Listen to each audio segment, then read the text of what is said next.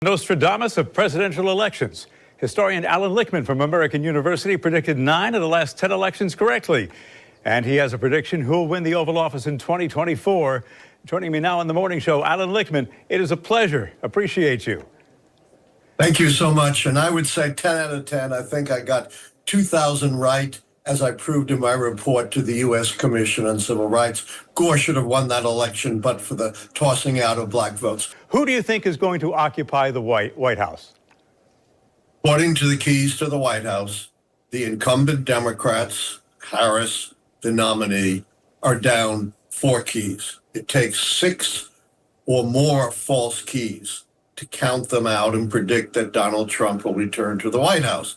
That's why my prediction system, with a 40-plus year track record, predicts that Kamala Harris will be a new path-breaking president, the first woman president, and the first president of mixed African and Asian descent, kind of foreshadowing where America's going. We're rapidly becoming a majority-minority country. Old white guys like me are on the decline. A few moments later. I'm kind of in shock right now. I've been our country. I've been hopeful this whole time. I know you've been more hopeful than me. I think it's gone. It's just not. There's just not enough room to make up. The math isn't there. No, the math doesn't work. Numbers don't lie. All right, guys. So we got to talk about woke historian Allan Lichtman, who has decided to humiliate himself even further after getting his election prediction wrong. Okay, this guy is supposed to be the Nostradamus of presidential election predictions, and he got this one really wrong. Okay, allegedly his keys, I think he has 13 keys or something like that. His 13 keys are supposed to be fail-proof when it comes to predicting who is going to win the election. And he was confident that Kamala Harris would win. Now, instead of just going away and not talking to the public anymore after humiliating himself by getting the prediction wrong, okay, because we all know that Trump won in a landslide, he has decided he's going to continue to embarrass himself by going on national television and basically blaming everybody else except himself in regards to why he got his prediction wrong, including blaming Elon Musk, saying disinformation/misinformation is the reason why he got it wrong. Take a look.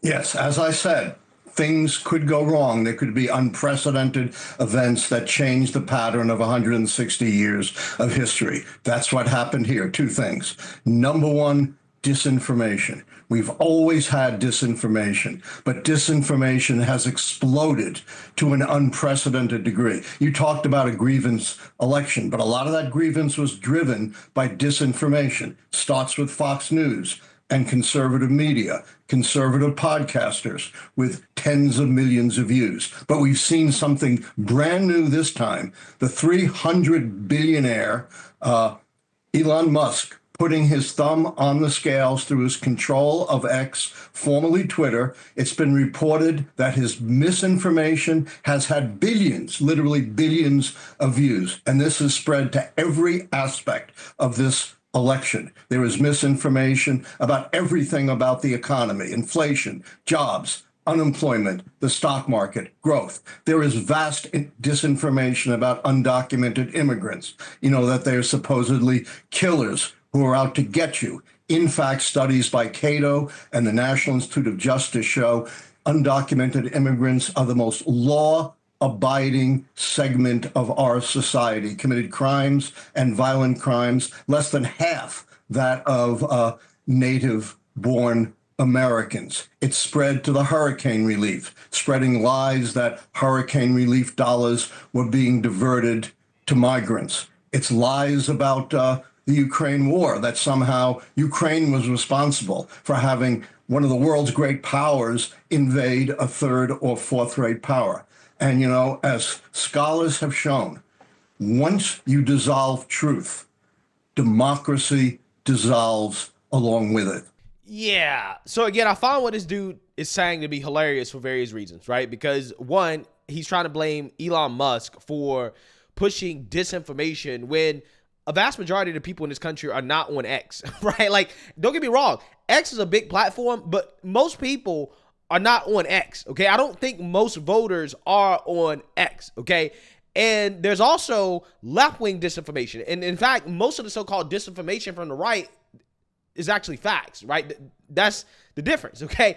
Because we all know that these so-called conspiracies from the right, they just are proven to be facts when the evidence is undisputable, right? And most of the facts that the mainstream liberal media and the left accepts as true, they're just delayed conspiracies, okay? Like, for example, when it comes to the origin of the pandemic, also the effectiveness of the vaccines, the state of the economy, which the mainstream liberal media and the Biden administration actively changed the definition of what a recession is after we went into a recession, despite the fact that the American people were saying that, hey, the economy is bad, right? Because inflation is out of control, which they claimed at first was transitory, right? Inflation is transitory, while at the same time also telling us that crime is down when crime is actually up, and the American people all feel like crime is up in all of these major cities, telling us that the border is closed when the border was open, okay, wide open. We had a record number of illegal immigrants coming into this country, a lot of whom were committing crimes, are committing crimes. They also told us that Joe Biden was perfectly fine. There was nothing wrong with him until he basically mentally collapsed on the CNN debate stage for the world to see, to the point where even the left-wing liberal media could not deny it anymore. Again, it's just so funny how this guy is sitting here claiming that disinformation is why my keys failed. That's why I was wrong. As if the mainstream liberal media isn't responsible for the most disinformation that is put out there for the public to consume, right? I mean, again, the biggest pushers of disinformation are the Democrat Party and the mainstream liberal media. And they're pushing the disinformation in favor of Kamala Harris and the Democrats, right?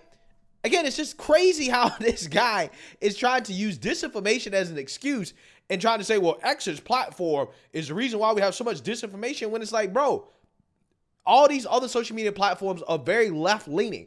You have the whole mainstream liberal media apparatus that is extremely left-leaning, right? All of the media conglomerates are left-leaning. What are you talking about, right? What are you talking about? I love how all these people are coming out and blaming Elon Musk for the outcome of this election not going the way they wanted. But at the same time, they refuse to acknowledge that maybe Twitter being owned by a leftist in 2020 could have affected the outcome of the election when they were censoring conservatives on behalf of the Democrat Party, right? Again, it's funny how that works. It really blows my mind that these people are really trying to make the case that they have some type of propaganda disadvantage against the right. Again, it blows my mind. It just shows you how out of touch these people are. Basically, he's blaming the voters, right? He's saying that, no, it's the voters' fault. It wasn't my fault. I didn't get it wrong because I did something wrong. It's the voters. You got it wrong. When clearly this dude's so-called keys are totally subjective, right? It's based off his own judgment in regards to how he feels about the economy, for example, right? Because again, if he was paying attention to the actual polls and how people say they feel about the economy, then he would know that he should not have given the economy to Kamala Harris, right? That should not be working in her favor, right? So again, it's just funny because clearly this guy, he's definitely ideologically influenced, okay, when it comes to his judgment. And what makes it even worse is that he goes on to blame racism and bigotry for why he got it wrong on top of the so-called disinformation. Take a look. As George Orwell warned in 1984, in that dictatorship, war is peace, famine is plenty.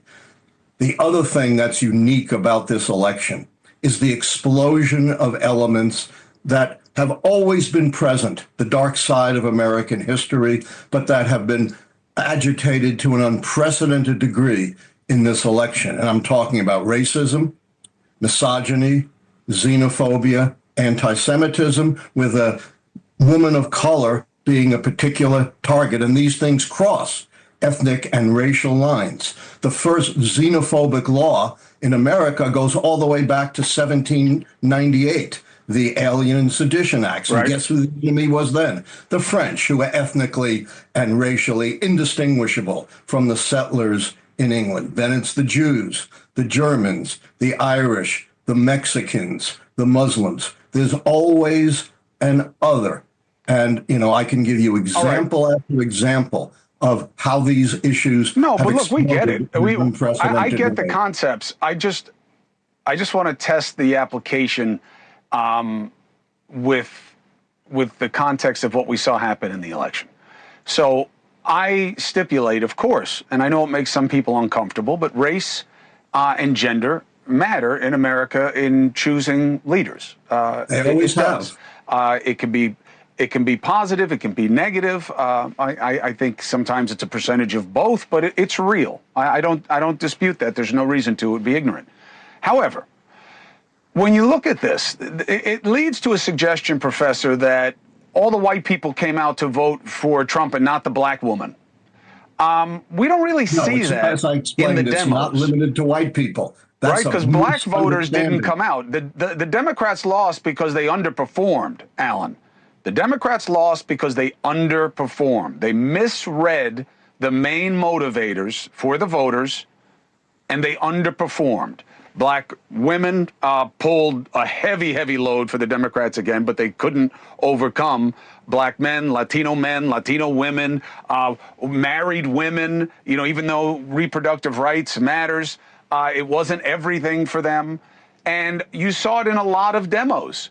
Yeah, so let me tell you guys what's going on here, right? This guy's grift is over, right? That's essentially why this dude is blaming everybody else except himself, okay? Because let's be real. If you look at this guy's keys, right? Like, just look at it. Party mandate, party contest, incumbency, third party, short-term economy, long-term economy, policy change, social unrest, scandal, foreign policy failure, foreign policy success, incumbent charisma, challenger charisma. All of this stuff is subjective, right? It's totally subjective based off his own opinion. Now, we already know that this dude is far left as hell, okay? This dude is a far leftist, right? So when you let your TDS and your ideological bias get in the way, right?